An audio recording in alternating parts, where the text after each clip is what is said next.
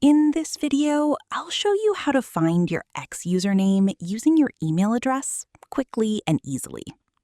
First, open the X app on your phone. Once the app loads, you'll see the login screen. Now, if you already have an account, simply tap on the Login option.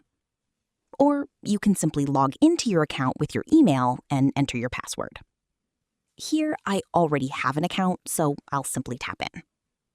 Once you're successfully logged in, go to your Profile section. Tap in. Here, you'll be able to see your X username displayed at the top of your profile. So yeah, that's how you can recover an X username using email or check your username if you forgot it.